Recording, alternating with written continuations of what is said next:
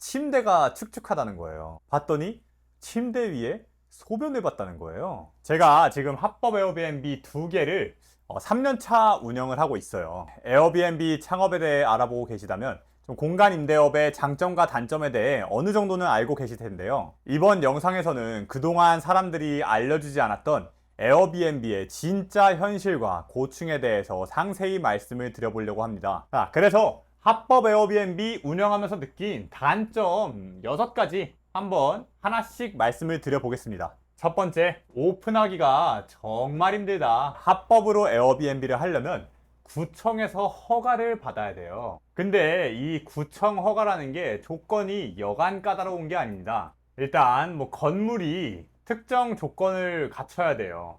그래서 단독, 다가구, 빌라, 아파트 여기에서만 가능하고요. 두 번째로 요 숙소의 면적도 조건이 있습니다. 숙소로 쓰는 공간의 면적이 230m² 이하여야 돼요. 그리고 내가 전입신고가 되어 있어야 되고요. 집주인과 이웃의 동의도 받아야 돼요. 그래서 저 같은 경우에도 요 오픈할 수 있는 매물을 찾는데 거의 2달이 넘게 걸렸어요. 사실 저는 단기 임대, 파티룸, 그리고 불법 에어비앤비 이런 다양한 경험을 했었음에도 불구하고 2달이나 걸렸었다는 거죠. 그리고 제 수강생들 아니면 제가 좀 창업을 도와드리는 분들을 봐도 정말 빠르면 한 2달, 그리고 좀 오래 걸리면 한 4~5달 정도 걸려서야 적합한 매물을 찾는 분들도 많으셨습니다. 여기서 이런 분들이 있을 거예요. 아니 근데 어디 보니까 1달, 2달이면은 매물 다 찾는다고 하던데요. 아무거나 계약을 하려고 하면 당연히 1~2달이면은 다 찾죠. 저도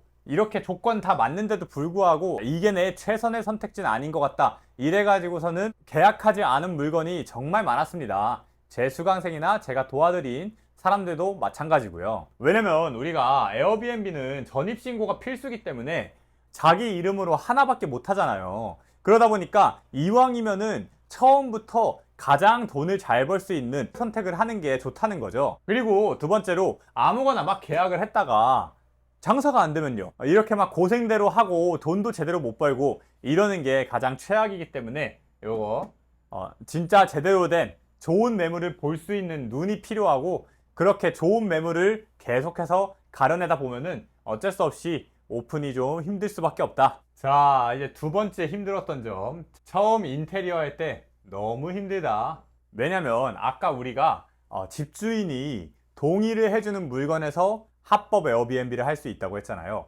근데 생각해보세요. 집주인 입장에서 일반 세입자도 받을 수 있는 컨디션 좋은 집이라면 굳이 막 에어비앤비 하겠다는 사람을 세입자로 받진 않겠죠. 그러다 보니까 우리가 되게 낡은 집, 일반적인 월세 세입자를 받기에는 좀 무리가 있는 집들에 들어가는 경우가 많아요. 실제로 제가 하고 있는 합법 에어비앤비 2개도 전부 빨간 벽돌가 되게 오래된 집이라는 거죠. 처음에 인테리어를 할 때 투자비를 최소화시켜야 되잖아요. 그러면은 셀프로 막 페인트 바르고 이렇게 화장실 타일에도 페인트 바르고 어떻게든 좀 돈 덜 써서 인테리어 하려고 이런 식으로 좀 몸이 고생할 일이 많습니다. 인테리어에 대한 지식이 좀 필요하다고 할 수 있고요. 이런 인테리어 지식을 좀 어디서 알 수 있느냐, 그러면은 우리가 셀프 인테리어 카페라는 데가 있어요. 그래서 요 카페에 들어가 보시면은 여러분들이 이 대략적인 인테리어의 프로세스와 내가 셀프로 할 수 있는 영역은 뭐고 가격은 얼마인지 이런 것들을 좀 감을 잡을 수 있을 겁니다. 세 번째, 완전한 자동화는 힘들다. 물론 손이 훨씬 덜 가긴 해요. 막 우리가 치킨집이나 카페나 음식점이나 이런 데처럼 항상 거기에 있어야 되는 건 아니잖아요. 하지만 100% 자동화라는 건 없어요. 우리가 청소와 관리를 해줘야 된다는 거죠. 청소는 이제 알바 써가지고 할 수 있죠. 근데 예를 들어서 손님이 이용하다가 비품이 깨진다거나 화장실에 때가 낀다거나 이런 것들을 전부 다 알바한테 맡길 수는 없는 노릇인 거 아니에요. 그리고 실제로 알바분들은 어쩔 수 없이 자기 숙소가 아니고 자기 사업이 아니기 때문에 완벽하게 이런 모든 걸 케어할 수가 없어요. 그래서 일주일에 한 번 정도는 숙소를 직접 가가지고서는 좀 관리를 하고 어디 먼지 쌓인 것도 좀 닦고 때 낀 것도 좀 닦고 좀 비품이나 이런 거 문제 없는지 확인하고 이런 시간을 가져야만 합니다. 다만 스마트 스토어 이런 거 하면은 매일같이 막 박스 포장하고 있어야 되잖아요. 돈 잘 벌려도. 그리고 블로그 하면은 매일같이 하루에 막 그 1일 1포스팅, 1일 2포스팅 막 이런 거 해야 되잖아요. 그런 거 따지면 일주일에 한 번만 하고 월에 막 2, 300만 원 벌어가면은 사실 이만한 효율성이 없긴 하죠. 네 번째, 가끔 진상 손님이 있다. 예를 들어서 뭐 제가 운영했던 숙소는 한 번은 외국인 손님이 갑자기 중도 채시를 하겠다는 거예요. 그래서 환불을 해달라는 거예요. 그래서 이유가 뭐냐 물어봤더니 이웃들이 자기를 인종차별을 하는 것 같대요. 그리고 불친절하대요. 그래서 저는 되게 솔직히 황당했죠. 왜냐면은 아니 무슨 뭐 내 숙소에 문제가 있는 것도 아니고 인종차별을 당한 것 같고 이웃들이 불친절하다고 나한테 환불을 해달라는 게 지금 이 사람 나가면은 지금 당장 난 공실인데 약간 되게 황당했었던 일이 있었죠. 근데 그래도 그냥 뭐 알았다 뭐 전액 환불은 안 돼도 한 50%는 환불해 줄 수 있다 이래가지고 저는 50% 환불을 해줬어요.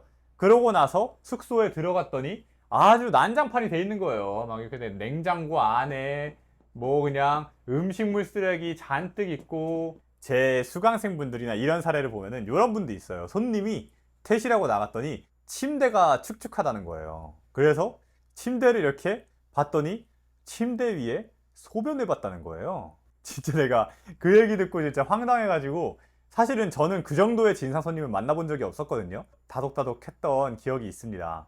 그러면은 이런 진상 손님 뭐 어떻게 할 수 있는 방법이 없나요? 이게 두 가지 방법이 있어요. 첫 번째로 우리가 에어비앤비는 손님도 별점을 받아요. 만약에 손님 예약을 받기 전에 이 손님이 좀 별점이 낮아. 그러면은 뭔가 비매너 짓을 했으니까 별점이 낮을 거 아니에요. 그래서 별점 낮은 손님을 우리가 받지 않는 거죠. 이런 식으로 손님을 가려받으면은 어쨌든 진상 손님을 좀 피할 수가 있고요.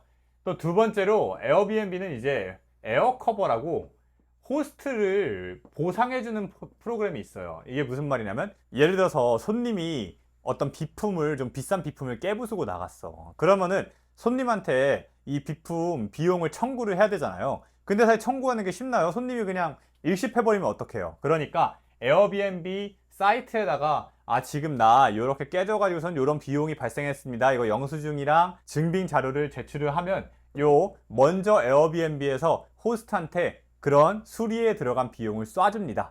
그 다음에 그 게스트, 문제를 일으킨 게스트한테 돈을 받아오는 건 나중에 에어비앤비가 알아서 하는 거죠. 그러다 보니까 이 두 가지를 활용해서 이 진상 손님 문제를 조금 막을 수가 있다. 다섯 번째, 휴대폰 달고 살아야 된다. 이게 아무리 공간 임대업이라고 해도 예약을 휴대폰으로 받잖아요. 그리고 손님들이랑 소통을 이 에어비앤비 메신저로 한단 말이에요.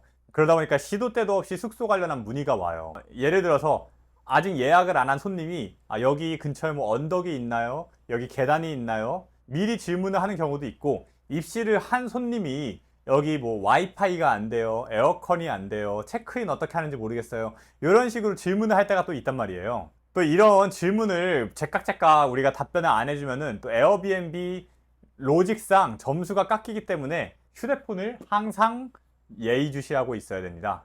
그러면은 이거를 뭐 어떻게 좀 방법이 없나요? 하면은 그래도 그나마 하나 방법이 있긴 해요. 이게 에어비앤비 안에 빠른 답변이라는 게 있어요.